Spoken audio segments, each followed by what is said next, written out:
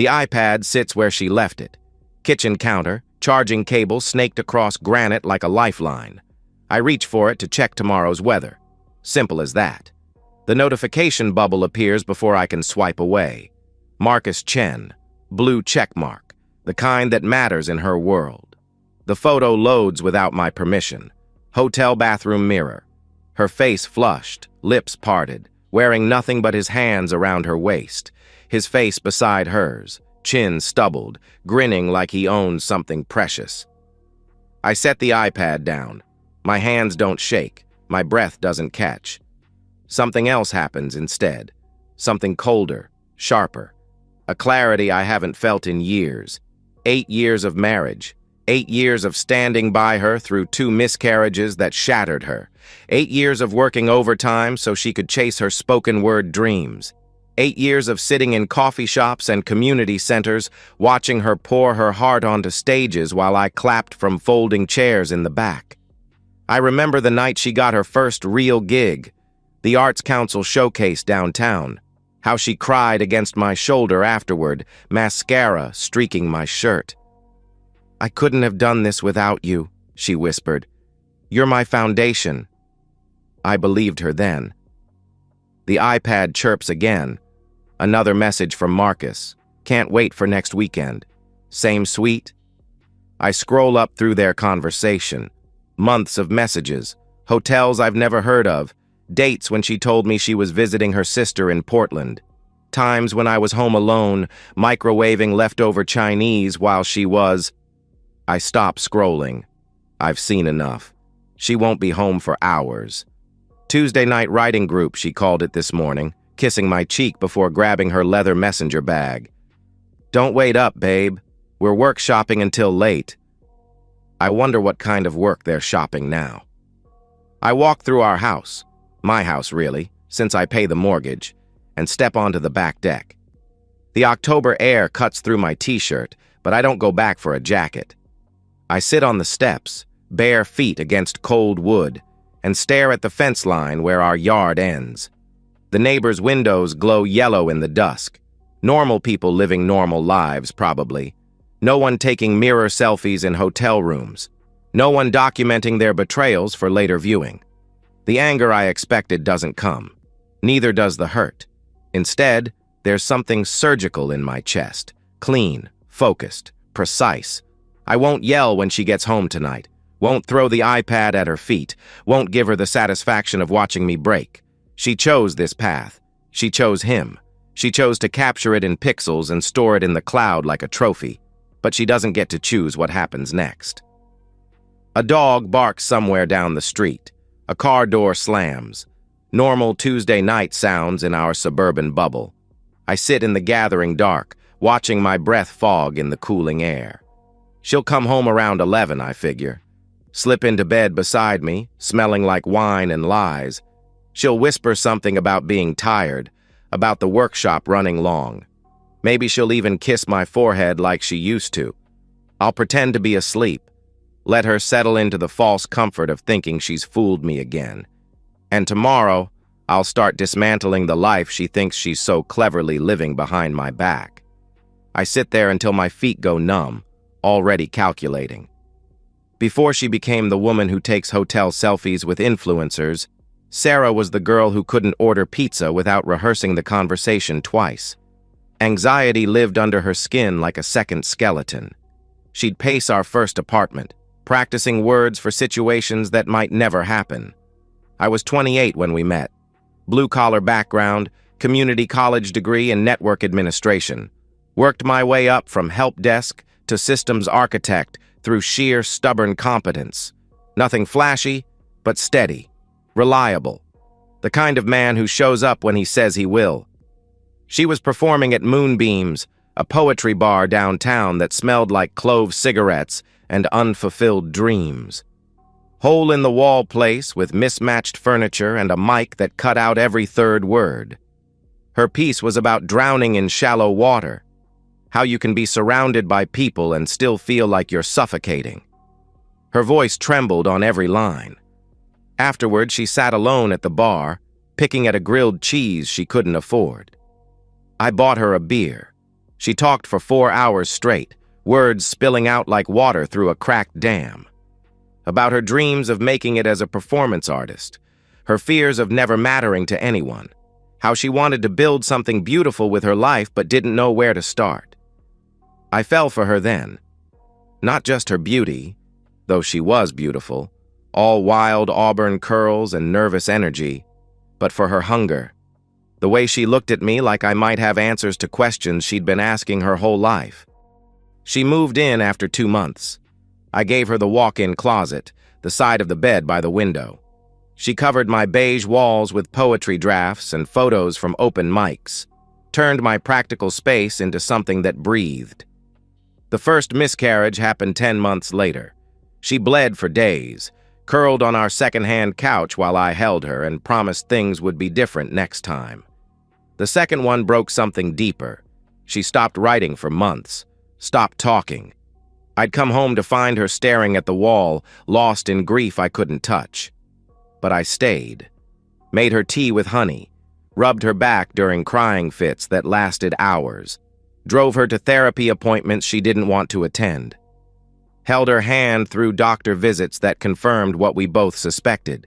Her body wasn't built for carrying children. "You could leave," she whispered one night, face pressed against my chest.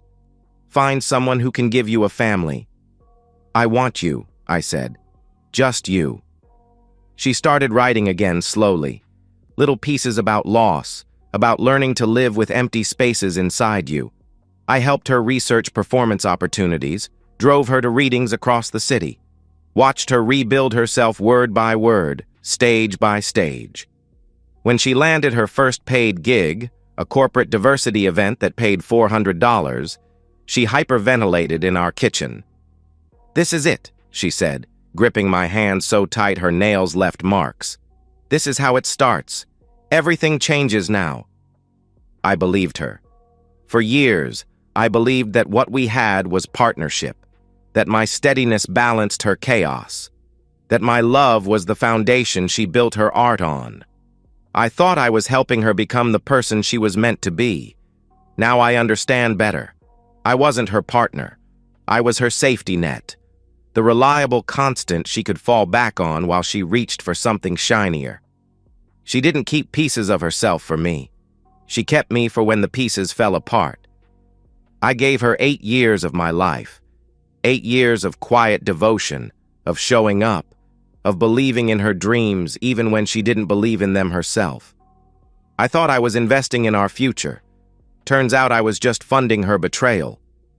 Marcus Chen, 2.3 million followers across platforms, verified on everything that matters, sells online courses about authentic connection and ethical intimacy for $399 a pop.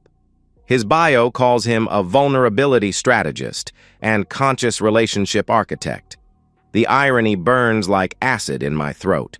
She's screwing a man who makes money teaching people how to be honest. I dig deeper into her cloud storage. The password is still our anniversary date, September 14th. At least she's consistent in her carelessness. What I find makes my stomach turn to stone. Hotel receipts dating back 6 months. The Meridian downtown, the Westin by the airport, the boutique place on Morrison Street that charges $400 a night. Always the same pattern, Friday check-in, Saturday check-out. Always when she told me she was visiting her sister. Her sister lives in a studio apartment and works at Target. But I never questioned the luxury hotels Sarah described, the spa treatments, the expensive dinners. I thought her sister was treating her well. The message threads are worse than the receipts. Screenshots of our conversations where she mocks me to him. He's making dinner again. Thinks we're having a romantic night in. "Does he suspect anything?" he asks. Please. He still thinks I cry during intimacy because it's so meaningful. I'm just bored. "What's he like in bed?" he asks. Imagine missionary position had a baby with watching paint dry. I fake every single thing, every sound, every reaction. He has no idea. I screenshot everything, forward it to my personal email, cover my tracks, The audio files live in a folder labeled Writing Inspiration. 47 recordings. Some are her practicing new material, working through difficult passages. But others, I close my laptop before I can listen. Some things can't be unheard, but I save them all anyway. Marcus Chen, I learned from his website, specializes in helping couples redesign intimacy for the digital age. His testimonials feature before and after photos of supposedly transformed relationships. Beautiful people holding hands, gazing into each other's eyes with manufactured bliss. His upcoming book is titled The Authenticity Imperative: Living Your Truth in an Age of Deception. The preview chapter talks about the courage required to be genuinely yourself, no matter what others think. I read his blog posts about emotional honesty, his YouTube videos about building trust, his Instagram captions about the sacred nature of committed relationships. This man makes a living selling what he destroys. In her cloud, I find photos of our house she's shared with him. Pictures of me sleeping, mouth open, hair sticking up. The caption reads, "This is what settling looks like." Screenshots of my text messages to her, shared for his amusement. The one where I said I missed her while she was supposedly in Portland. The one where I worried about her driving in the rain. The one where I told her I loved her before a big presentation. She's turned my love into entertainment for their pillow talk. I think about the last 8 years. Every morning I brought her coffee in bed. Every night I listened to her workshop new material, offering feedback she claimed to value. Every small kindness I thought was building something precious between us. She was collecting material, turning my devotion into comedy for her real life. This isn't heartbreak anymore. This is data analysis. And I've got everything I need. Marcus has a keynote scheduled next month. Digital Intimacy in the Age of Connection at the Pacific Northwest Women's Empowerment Summit. 5,000 attendees. Live streamed to another 10,000. Sarah will be there. She mentioned it last week, how honored she felt to be invited as Marcus's artistic collaborator. How this could be her big break. Her big break. I bookmark his speaking schedule, start taking notes. Time to see how much authenticity Marcus and Sarah can handle. The summit. 3 days of workshops, panels, and keynotes at the Portland Convention Center. Sarah's been preparing for months, treating it like her personal coronation. Her breakthrough moment, she calls it. The night she steps onto a stage big enough for her dreams. She's scheduled to perform during the opening ceremony. 20 minutes of original material about reclaiming feminine power through vulnerable expression.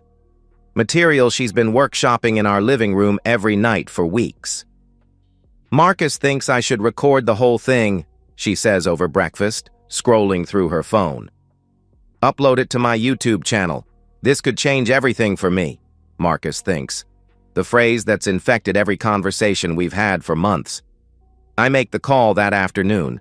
Pacific Northwest Women's Empowerment Summit, Donor Relations. I'm a potential major sponsor, I explain. Technology executive interested in supporting feminist causes. Would it be possible to discuss partnership opportunities? Rebecca, the development coordinator, sounds like she's about to propose marriage through the phone. Major tech sponsorship? She can arrange a facilities tour, meet with the production team, see exactly how their magic happens. We're particularly proud of our AV setup, she gushes. State-of-the-art recording capabilities.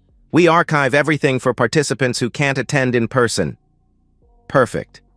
I take a personal day from work, drive to Portland, check into a hotel across from the convention center. Meet Rebecca at the main entrance, wearing my best suit and carrying a briefcase full of financial projections I'll never use. The tour takes 2 hours. 5,000 seats facing a massive stage with professional lighting rigs that cost more than my car. The control booth sits elevated at the back, glass-walled, filled with mixing boards and recording equipment that captures every whisper. Danny, the lead audio engineer, is a kid barely out of college with arms covered in band tattoos and the enthusiasm of someone who still loves his job. He walks me through the system: 32-channel digital mixer, wireless mic receivers, recording setup that captures everything in broadcast quality. We record automatically, he explains. Archive everything for the speakers. Most don't know that. They think they need to bring their own crew. Fascinating, I say. So you're capturing their entire performance? Everything. Sound checks, backstage chatter, the works, all digital, all stored in our server farm. I mention my background in network security. We talk shop for 30 minutes. By the end, Danny's treating me like his new best friend. Want to see the wireless patch bay? He asks. I could show you how we integrate external audio sources into the main system. I tell him I'd love that. An hour later, I understand their entire infrastructure.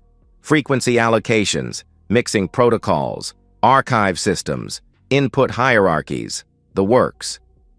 If someone wanted to add a custom intro for a performer, I ask casually, how would that work? Easy. We do it all the time. Speaker sends us the file, tells us when to cue it, makes for nice dramatic effect. I thank Danny for his expertise. Promise Rebecca I'll be in touch about sponsorship opportunities. Drive back to Seattle with my head full of technical specifications and a plan crystallizing like ice water in my veins. That evening, Sarah practices her set one more time. 20 minutes of material about authenticity and courage. About being true to yourself despite what others think. About the strength required to live honestly in a world that rewards deception. I sit in our living room watching her perform and open audio editing software on my laptop. Her own words, her own voice, her own lies about me, about us, about what she really thinks when the lights go down and the audience goes home. No fabrication required, no creative editing, just truth, finally getting its moment on stage. She wants to talk about authentic expression? Perfect. I'll give her the most authentic moment of her life. Summit morning arrives wrapped in November rain. Sarah spends 4 hours getting ready. Professional makeup artist, hairstylist who specializes in camera-ready looks, outfit carefully selected to project powerful yet approachable energy. Her red scarf, the signature piece she wears to every important performance, drapes perfectly around her shoulders. She practiced that casual loop in front of our bedroom mirror until it looked effortless. How do I look? She asks, spinning in our entryway. Like you're about to get everything you deserve, I say. She kisses my cheek, leaving a lipstick mark I don't wipe away. I'll probably be late tonight. Marcus is hosting a reception afterward. Networking opportunity I can't miss. Of course he is, I say. I'm sure you'll make the most of it. She grabs her garment bag and performance notes, checks her phone one final time. Wish me luck? Break a leg, I tell her. Really? Give them everything you've got. She drives away in the rental car, paid for with my credit card, toward what she thinks will be her greatest triumph. I watch her taillights disappear into Portland traffic. I wait exactly 30 minutes. Then I drive to the convention center. The parking garage is packed. Tour buses dropping off attendees in designer clothes. Local news vans setting up by the main entrance. Sarah's promotional photo smiles from banners flanking the doors, her biggest platform finally here. I don't go inside. Instead, I park across the street at a coffee shop with good Wi-Fi and a clear sightline to the convention center's front entrance. Order black coffee and a muffin I won't eat. Open my laptop. The summit streams their major events live. 5,000 women in the audience, another 8,000 watching online. Sarah's about to have the biggest platform of her career. At 11:45, I text Danny from a burner phone. Ready when you are. At noon, the opening ceremony begins. Rebecca takes the stage to welcome everyone, introduce the day's performers. 5 speakers sharing the bill, but Sarah's the featured artist, the one Marcus personally recommended. At 12:30, Marcus himself appears for his keynote introduction. 20 minutes about the power of authentic vulnerability, the courage required to live truthfully. The audience hangs on every word. He's polished, charismatic, absolutely magnetic. And now, he says, his voice warm with apparent affection, I want to introduce someone who embodies everything we've discussed today. A woman who has turned her pain into art, her struggles into strength. Please welcome Sarah Mitchell. The applause washes over her like warm water as she takes the stage. She stands at the microphone, red scarf catching the stage lights, and smiles at her audience. Front section: literary community colleagues, writing workshop friends. Middle: Marcus's followers who came specifically to see his protege perform. Scattered throughout: industry professionals who could change her career trajectory. She begins her set. 20 minutes of carefully crafted vulnerability. Stories about overcoming fear, finding her voice, learning to live authentically despite societal pressure.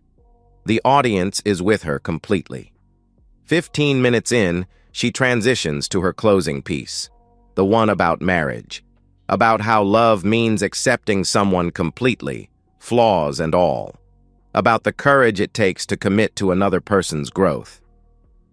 Real love, she says into the microphone, her voice carrying to the back rows, isn't about perfection. It's about showing up. It's about choosing someone every single day, even when... The microphone crackles. Technical glitch, the audience assumes. Someone coughs. Then her voice fills the auditorium. Not from the stage, from the sound system. A recording, crystal clear. I fake every single thing, every sound, every reaction. He has no idea. Her face goes white. She steps back from the microphone like it might explode. The recording continues, her voice laughing, Marcus's voice responding, their hotel room conversations playing for 5,000 people and a live stream. Does he suspect anything? He asks. Please, he still thinks I cry during intimacy because it's so meaningful, SE answers. Gasps ripple through the auditorium. Someone's phone camera flash goes off. Then another. Then dozens. Sarah's literary friends sit frozen in the front section. The Marcus followers look confused, then horrified. Industry professionals start heading for the exits. What's he like in bed? He asks. Imagine missionary position had a baby with watching paint dry. Nervous laughter from somewhere in the middle section. Someone else shushes them angrily. Sarah tries to speak into the microphone, but her voice comes out as a broken whisper that the sound system amplifies. This isn't... I can explain. The recording plays for 6 more minutes. Every cruel word, every mocking laugh, every detail of their affair laid bare for everyone who ever believed her message about authentic living. When it finally stops, the silence is absolute. Sarah stands alone on stage, red scarf hanging loose around her shoulders, 5,000 pairs of eyes fixed on her like she's something they've never seen before. She tries again to speak. Someone hacked, this is out of context. But it isn't out of context. It's exactly what it sounds like. Her own words, unedited, finally reaching the audience she never intended them for. People in the back rows start pulling out phones, filming her breakdown in real time. The live stream chat explodes with comments too fast to read. Marcus has disappeared from the wings. Sarah gathers her scarf and runs off stage, heels clicking against the floor like gunshots in the silence. I close my laptop, finish my coffee, and drive home through the rain. Sarah tries calling me 23 times that first night. I let every call go to voicemail, delete them without listening. She comes home at 3 a.m., makeup streaked down her cheeks, red scarf crumpled in her fist. I pretend to be asleep when she crawls into bed beside me, her body shaking with what might be tears or rage. I know you're awake, she whispers. I don't respond. We need to talk about what happened today. Silence. Someone hacked my phone. Played old recordings, out of context. You have to believe me. I roll over, back to her, and listen to her breathing grow ragged in the dark. She tries reaching me through mutual friends first. Jennifer calls, then Rachel, then David from her writing group. They all want to mediate, to help us work through this difficult time. They speak in the careful tones people use around explosives. I tell them all the same thing. Ask Sarah to explain. I'm sure she has a story ready. Marcus drops her within 48 hours. Deletes every photo, every mention, every trace of their artistic collaboration from his social media. Issues a statement about maintaining professional boundaries and focusing on healing work. His follower count actually increases. Sarah's day job, content coordinator for a nonprofit, places her on administrative leave pending review. The video clips from Portland spread faster than she can delete them. Someone edited a highlight reel. Performer gets exposed live at Women's Summit. 4.2 million views in 6 days. She becomes a cautionary tale, a meme. The woman who preached authenticity while living a lie. Her writing group quietly distances itself. Sudden schedule conflicts, unreturned emails, invitations that mysteriously get lost. Her social media followers evaporate like steam. Sponsors for her YouTube channel disappear overnight. I move out on a Thursday while she's at therapy. Pack only what I need, clothes, laptop, a few books that matter to me. Leave everything else. The furniture we bought together, the photos of our life, the shared history I no longer want to carry. My new apartment is smaller, quieter. 1 bedroom in a complex across town where no one knows my story. I buy a couch from Facebook Marketplace, a bed from IKEA. Nothing matches, but it's mine. Sarah tries one last desperate contact 6 months later. Shows up at my office building during lunch, waiting by my car in the parking garage. I made a mistake, she says when she sees me. A terrible mistake. But we can fix this. 8 years has to count for something. She looks smaller than I remember, thinner. Her hair is shorter now, controlled instead of wild, practical. I chose you, she continues, her voice breaking. In the end, I chose you. I unlock my car door. Don't look at her. No, you didn't. You chose yourself. You always chose yourself. Please, she says as I get in. Don't throw away 8 years over one mistake. One mistake? I start the engine. You documented every lie, saved every conversation, turned my love into entertainment for your affair. That's not one mistake. That's who you are. I drive away without looking back.